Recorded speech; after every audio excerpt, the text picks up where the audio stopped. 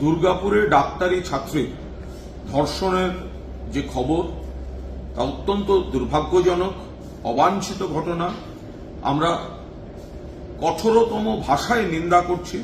যে বা যারা জড়িত তাদের কঠোরতম শাস্তি হোক। পুলিশ তদন্ত করছেন, ফলে পুলিশের তদন্ত এগোনোর দিকে আস্থা রাখা এবং নজর রাখাটাই ভালো।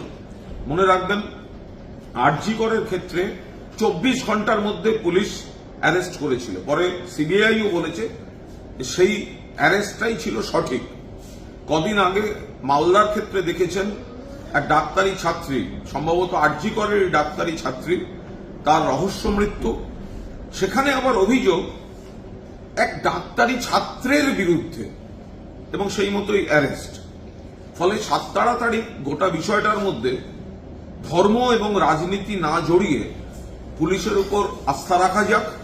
কারণ সাম্প্রতিক অতীতে দেখা গেছে এই ধরনের ঘটনায় রাজ্য পুলিশ অত্যন্ত দক্ষতার সঙ্গে কাজ করেছে, তদন্ত করেছে, চার্জশিট দিয়েছে, ট্রায়াল শেষ করে ফাঁসির রায় পর্যন্ত একাধিক কেসে আদালতের কাছ থেকে আদায় করে এনেছে। ফলে দুর্গাপুরে খারাপ ঘটনা, এগুলোর সঙ্গে রাজনীতি বা এগুলোর কোনো সম্পর্ক নেই।